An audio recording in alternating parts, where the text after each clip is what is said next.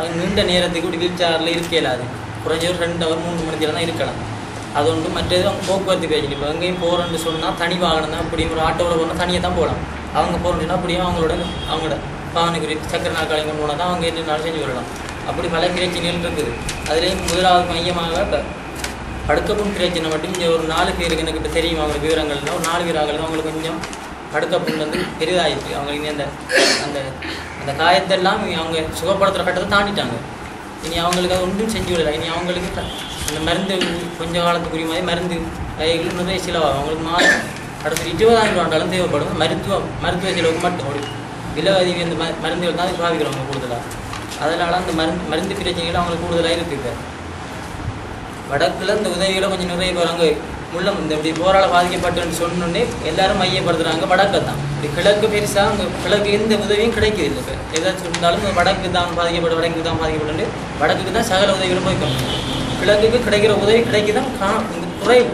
வடக்கை கூட குறைவு. ஆனால் இங்கவும் நிறைய பேர் இருக்கிறாங்க இப்படி பாதிக்கப்பட்டாங்க. அதனால் எங்களுக்கு கொஞ்சம் இந்த இதாவது ஒரு சந்திப்பில் எங்களுக்கும் போய் நாங்கள் ஆக்கள் இருக்கிறோம். இப்படி பிரச்சனைகள் இருக்குது. இவங்களுக்கு இப்படி ஒரு வாழ்வாதார உதவிகள் அது நிறைய கொஞ்சம் இப்படி உதவிகளை இப்படி ஒரு எங்களுக்கு வடக்கு மாதிரி நடக்கிற மாதிரி இங்கே எங்களுக்கு செய்து வந்தால் நல்லா இருக்கும். ஒரு பிரச்சனை இவங்களுக்குரிய குடி தண்ணீர் பிரச்சனை. அதாவது நோம்பல் பாவிக்கிற தண்ணியே இவங்க பாவிக்கிறாது. இவங்களுக்கு அந்த கழித்தல் பாவனையாளர் கொடுக்குறாங்க. கழித்தல் பாவிக்கிறதால இவங்க சுத்திகரிக்க நீர் தான் குடிக்கிறவங்க. கூடுதலாக வடிகட்டு நீர் அப்படியே ஃபில்டர் உண்டு. ஒரு ஃபில்டர் உண்டு. ஒரு நல்ல ஒரு ஃபில்டர் உண்டு வாங்கினா சரியாக 35,000 ரூபா காசுக்கு ஒரு அந்த நிரந்தரமான ஃபில்டர். மற்றும் கூடுதலான இப்போ இந்த போத்தலில் வர தண்ணி தான் குடிக்கிறாங்க. அது போத்தலில் வாங்கி தான் குடிக்கிறதால அதுக்கு நிறைய செலவாக இருக்குது. இப்படியே பல பிரச்சனைகள் இருக்கிறதால இந்த முள்ளந்தண்டோட பாதிக்கப்பட்டார்கள் இந்த தெய்வங்களில் கொஞ்சம் இணைச்சிருக்கிறதால அதுக்குரிய இணைப்பாளர் இருக்கிறதால எனக்கு தெரியும் கொஞ்சம். அதனால் இப்போ ஒரு மாதம் ஹாஸ்பிட்டலுக்கு இவங்க போக்குவரத்துன்றது இருக்குது. இவங்களுக்கு கிளினிக் பிரச்சனை மற்ற இந்த வெற்றோ பிரச்சனையால் இவங்க மாதம் போகிறாங்க. அதில் போக்குவரத்துன்றது இவங்களுக்கு தனிப்பட்ட வாகனம் என்றபடியாக இவங்க போய் வாரத்துக்குரிய சில வகுப்படியும் நான் உதாரணத்துக்கு என்ன எடுத்துக்கொண்டாலும் ஒரு ஹாஸ்பிட்டலுக்கு நான் அங்கேருந்து வரேன் எனக்கு 5,000 ரூபா காசு வேணும் சரியா. இப்போ நான் 2 இடத்துலேருந்து ஒரு ஹாஸ்பிட்டல் வந்து போகிறேன் ஆட்டோக்கு.